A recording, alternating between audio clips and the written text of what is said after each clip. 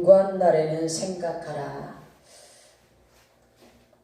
우리가 인생을 살아가다 보면 어떤 사람의 얼굴을 보면서 저 사람은 고민이 있구나, 저 사람은 기쁜 일이 있구나 라고 얼굴의 모든 그 상황들이 다 드러나지게 되어 있어요. 근데 어떤 사람은 그 자기의 감정을 완전히 감춰버려서 절대로 그 마음을 읽어낼 수 없는 사람도 있습니다. 그렇지 않고서는 대체로 저 사람은 고민이 있구나, 어디 아프구나, 얼굴색을 보고 그것을 우리가 알 수가 있지요. 저 사람은 굉장히 행복해 보이는구나. 비단 여러분들이 돈을 많이 가지고 있다고 행복할까요? 그렇지 않아요. 전도서 6장에서 보면은 전도자는 어떠한 고백을 하냐면은 많은 것을 가졌고 많은 것을 누렸지만 그래도 채워지지 않는 마음 한구석에 빈 자리를 느꼈다라고 그래요. 여러분 그렇지요. 여러분 좋은 집도 갖고 싶고 좋은 차도 타고 싶고 통장에 돈도 많이 좀 비축해서 있으면 여러분들이 하고 싶은 일도 하고 좋은 옷도 입고 먹고 싶은 거 다 먹고 여행도 다니면서 그렇게 누리면 행복할 것 같다라는 생각을 할 수도 있겠지요. 그런데 오늘 6장에서의 전도자는 이 모든 것을 누려봤습니다. 그런데 누리는 것도 잠시 잠깐, 기쁜 것도 잠시 잠깐, 갑자기 어느 한 구석에, 마음 한 구석에 빈자리가 느껴진다는 거지요. 이것은 그 빈자리는 뭘로 채워야 될까요? 하나님이 주시는 것으로 채워질 때야만이 완전하게 되어지는 것을 알 수가 있습니다. 여러분도 그런 생각이 들지 않아요? 여러분 아무리 뭘 좋은 걸 갖다 채워도 여러분 안에 뭔가가 텅 빈 것 같은 그런 것을 느껴질 때가 있죠. 그렇지 않아요? 아니면 언젠간 또 가슴이 뻥 뚫린 것 같이 구멍이 나서 스쳐나는 바람이 거기로 왱왱하면서 들어갑니다. 그래서 뭔가가 가슴이 시렵고 애리고 찬바람이 들어오니까 얼마나 시렵고 애로운지 문을 열어놓은 것처럼 그렇게 말합니다. 그러나 그거는 마음이지요. 마음입니다. 오늘 본문에서 보면은 전도자는 인생에 관한 진리를 자세히 살폈습니다. 또한 그 가운데서 한 가지 슬픈 진실을 인정할 수밖에 없었는데 그것은 사람들이 타락하게 되는 것과 악한 상태로 살아가는 그것을 무엇 때문일까 생각하게 됐어요. 그런데 그것이 무엇일까 생각하다가 이것 스스로가 초래한 고의적인 반역의 결과라는 것을 깨닫게 됩니다. 그래서 하나님은 사람을 만들 때에 정직하게 만들었다라는 거예요. 그렇죠? 하나님은 여러분을 만들 때에 정직하게 만들었습니다. 악한 꾀를 도모하라고 만들질 않았어요. 정직하게 만들었어요. 그래서 시편의 51편 10절에 보면 하나님이 내 안에 정직한 마음을 창조하시고 내 안에 정직한 영을 새롭게 하옵소서라는 그러한 말씀이 있습니다. 내 속에 지혜를 알게 하옵소서. 내 속에 지혜를 알게 하옵소서. 정직한 마음을 주시옵소서. 정직한 영을 새롭게 하옵소서. 여러분이 살아가다가 인생의 쇠파 속에 살다가 보면 자꾸 새 속에 물들게 돼 있어요. 세상이 갖다 주는 그러한 즐거움을 누리게 될 때가 있어요. 여러분들의 마음이 빼앗길 때가 있습니다. 그래서 주일은 필요한 것 같아요. 예배드리는 그 날은 왜 필요할까? 하나님 앞에 나와서 여러분이 새 속에 물들었던 삶들을 내려놓고 고백하며 다시 정직한 영으로 새롭게 회복할 수 있는 시간을 하나님이 주시는 것이 아닌가 저는 그렇게 생각이 되어집니다. 만약에 하나님 앞에 나오는 시간이 없고 늘 새 속에만 여러분 뒹굴고 산다라면 여러분들은 어떻게 될까요? 파손하고 말게 될 것입니다. 오늘 그러나 사람들은 스스로 어떻게 할까요? 이기적인 생각과 욕망을 따르고 살아가게 됩니다. 그렇게 되면서 그 결과는 파멸의 길로 들어서게 되는 겁니다. 그래서 지혜가 광장에서 부릅니다. 사거리에서 부르지요. 어리석은 자도 부릅니다. 어리석은 자야 돌아오라. 지혜로 돌아오라. 왜? 네가 어리석은 자의 길로 계속 직진하가는 파멸의 길로 갈 수밖에 없다라는 것은, 그 파멸의 길은 어떤 길이냐? 사망의 방으로 들어가는 것이다라고 그렇게 외치고 또 외칩니다. 여러분, 그렇습니다. 여러분들이 그렇게 산다 할지라도 하나님께서는 우리를 광야에 버려서 완전히 여러분을 버려두지 않았어요. 예수 그리스도 안에서 우리를 다시 새롭게 정직하게 창조해 가시고 만드시고 있다라는 것을 기억하시기 바랍니다. 여러분, 예수 그리스도의 옷자락에 여러분을 덮어서 여러분의 모든 숙제와 허물을 다 덮고 그분이 예수님께서 여러분을 인도하고 있다라는 것을 기억하시기 바랍니다. 여러분, 저는 생각해 봅니다. 우리 인생 삶에 여러분 예수 그리스도가 계시지 않다라면 우리는 절망의 그냥 삶에서 늘 허덕이면서 절망의 늪에서 그냥 허덕이면서 죽어갈 것입니다. 그렇지만 우리에게 소망 되시는 빛 되시는 예수 그리스도를 여러분에게 보내주시어서 그분을 붙들게 하셨습니다. 그분을 믿게 했습니다. 여러분을 그러한 수렁에서 건져주기 위해서 말입니다. 아멘. 그분을 잡으세요. 예수는 답인데 답을 여러분이 눈앞에 두고도 여러분이 마음 문을 닫아서 두고 있기 때문에 그분이 여러분 안에 들어가셔서 여러분의 마음을 이끌지 못하고 있을 때가 있다는 것이. 여러분, 우리는 잘난 것 같아도 잘난 것이 없어요. 여러분 돌아보세요. 시간들을 여러분이 아무리 애쓰고 힘썼을지라도 여러분이 원하는 만큼 여러분의 그 최대 목적지에 이끌어다 놨는가 한번 보세요. 도태하고 망가지고 병들고 그러지 않았습니까? 이제는 그만큼 경험했으면 예수 그리스도를 잡으시기 바랍니다. 아멘. 회복은 치료는 그분밖에 없어요. 여러분의 삶을 전환시킬 분은 그분밖에 없어요.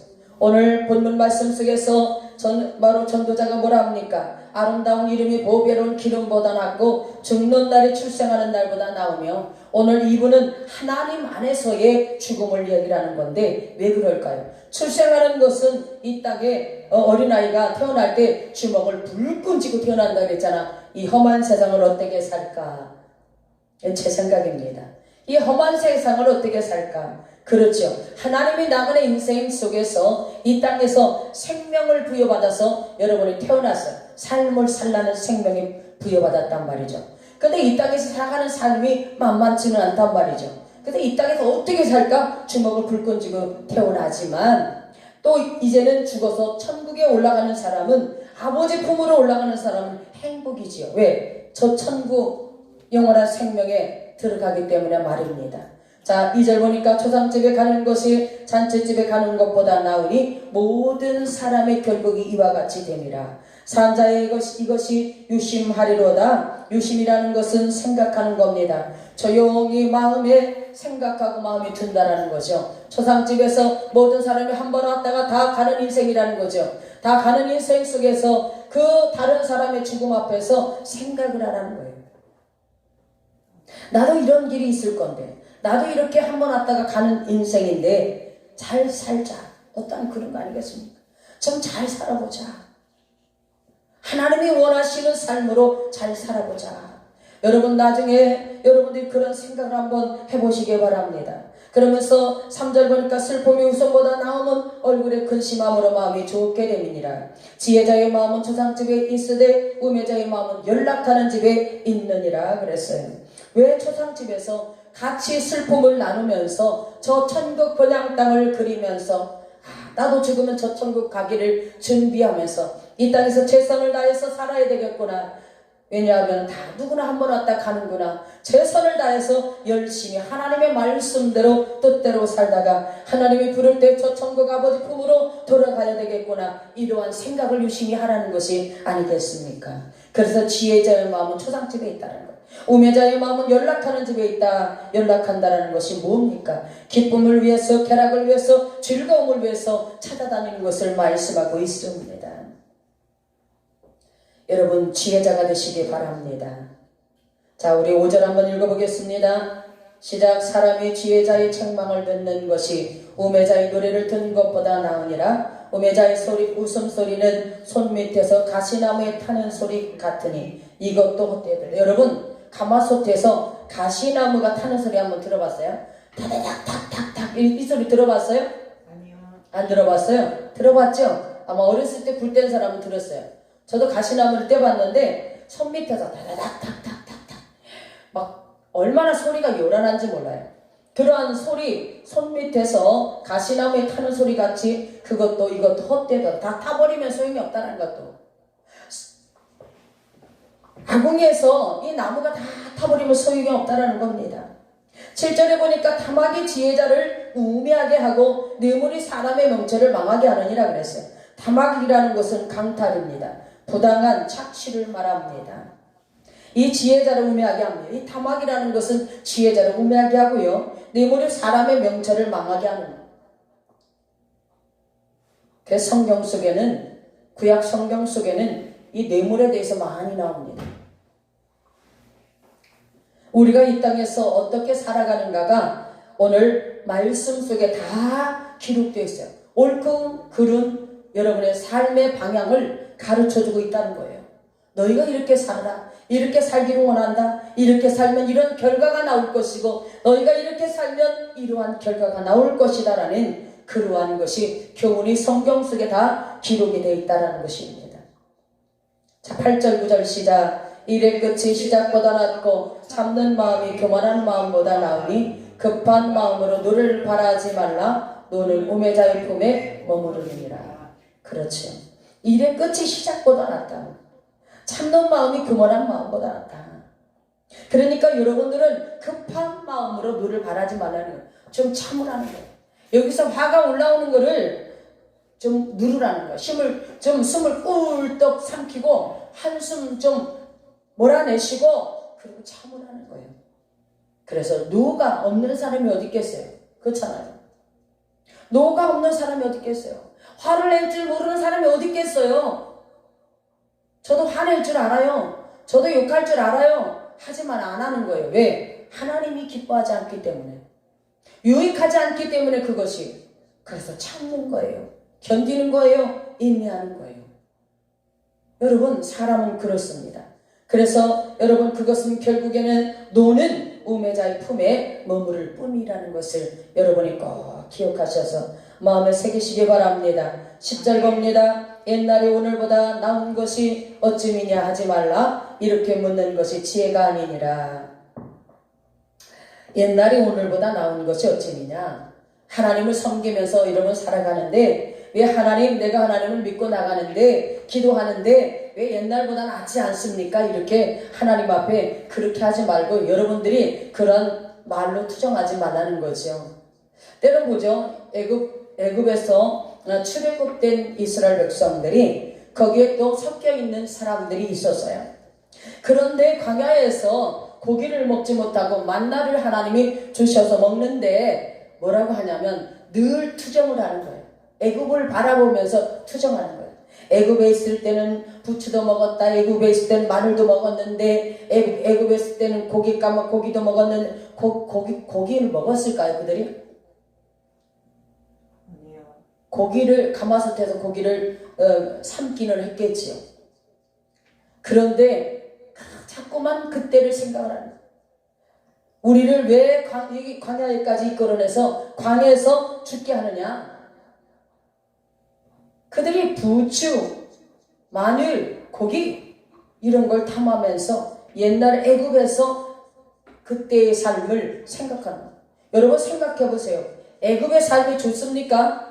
거기는 바로의 압제 속에서 종으로 바로의 종들로서 그렇게 고통당하는 그러한 삶인데 뭐가 아름답습니까? 그런데도 사람은 그렇습니다. 그래서 하나님께서는 이스라엘 백성들에게 자꾸만 자녀들에게도 하나님이 출애굽시킨 사건을 그 대업을 이룬 것들을 그들에게 자꾸 잊지 않도록 가르쳐주라고 말씀하고 있지 않습니까? 잊지 말아야 되는 거예요. 그런데 사람들은 하나님이 일하시는 것은 자꾸 잊어버리고 옛날에 좋지 못했던 거, 옛날에 조금 뭐 했던 거, 이런 것들만 자꾸 거들먹거리면서 그거를 상기시키는 그러한 경향들이 있어요. 우리는 현재를 바라보며 또 현재를 생각하고 미래를 바라보면서 그렇게 살아가길 원합니다. 자, 12절부터 시작. 보는 것이 되고 돈도 보호하는 것이 되나 지식이 더욱 아름다움은 지혜는 지혜 얻는 자의 생명을 보존함이니라. 하나님이 행하시는 일을 보라. 하나님이 굳게 하신 것을 누가 능히 곧게 하겠느냐. 형통한 날에는 기뻐하고 곤고한 날에는 생각하라. 하나님이 두 가지를 병행하게 하사 사람으로 그 장래 일을 누가 능히 헤아려 알지 못하게 하셨느니라. 그렇습니다. 옛날보다 더 어려울 때도 있습니다. 옛날보다 더 고민거리가 되는 일들도 있습니다. 옛날보다 전보다 더 상황이 안 좋은 상황도 있습니다. 그러나 형통한 날에는 어떻게 하라? 기뻐하고, 하나님이 형통케 하신 날에는 마음껏 기뻐하시기 바랍니다. 그리고 곤고한 날이 올 때도 있다라는 거죠. 곤고한 날에는 어떻게 하라는 거예요? 곤고라는 것은 나쁜 일, 어려운 일, 힘든 일이 있을 때에는 생각하라는 거예요. 생각을 하라는 거예요. 생각을 하라는 거예요. 왜 하나님이 나에게 이러한 어려운 일을, 힘든 일을, 곤고한 일을 허락했나? 생각하라는 겁니다. 그렇죠? 자, 13절에서는 그러죠. 하나님이 행하시는 일을 보라. 하나님이 굳게 하신 것을 누가 능히 곧게 할 수 있겠느냐. 하나님이 굳게 하신 것은 하나님이 피실 수 있지 우리는 필 수 없다는 얘기죠. 그렇죠? 그런데 사람이 스스로 그분 길로 가고도 하나님을 원망한다는 거예요. 자기 스스로 자청해서 자기가 그분 길로 선택해서 가면서 하나님, 내가 가는 길이 왜 이렇게 힘듭니까? 하고 원망하는 거예요. 그때는 원망하지 말고 하나님 잘못했습니다. 내가 어리석어서 내가 그분 길을 선택해서 스스로 내가 자청해서 온 길이 힘들고 어렵습니다. 이제 하나님, 내가 유턴하겠사오니 하나님 나를 잡아주시고 회복시켜달라고 기도하는 것밖에 없어요. 하나님 앞에 기도의 손을 드는 그러한 상황이 되시길 원합니다. 형통한 날, 기쁜 날, 그런 날엔 기뻐하세요. 그런데 늘 우리의 삶에는 형통한 날만 있는 것이 아니에요. 불현듯 곤고한 날이 찾아온단 말입니다. 우리가 생각지도 않았던 일들이 우리에게 닥친다는 거죠. 그럴 때는 성경에서 뭐라고요? 생각하라. 아멘? 아멘. 곤고한 날에는 생각하라. 하나님이 두 가지를 병행하게 하사 사람으로 그 장래일을 능히 헤아려 알지 못하게 하셨느니라. 우리가 이걸 다 여러분의 장래일을 알아서 여러분들이 다 골라서 다닌다라면 여러분, 하나님이 필요가 없잖아요. 그죠? 의지할 대상이 필요가 없잖아요. 여러분이 장래일을 능히 알지 못해요. 헤아릴 수도 없어. 그래서 하나님 앞에 기도하고 하나님을 의지하고 여러분이 하나님 앞에 도움을 요청하고 그렇게 살 수 있게 된다는 거예요. 그렇게 하시라는 거예요. 아멘? 여러분이 늘 행복하기만 하고 기쁜 날만 있고 형통한 날만 있으면 하나님 앞에 여러분이 기도하려는 마음을 갖겠습니까? 기도하지 않아도 형통한데 그렇지 않습니까? 기도하지 않아도 여러분들이 행복한 삶을 사는데 무엇이 안타깝고 무엇이 부족해서 하나님 앞에 기도하겠습니까? 제가 예전에 그런 적이 있어요.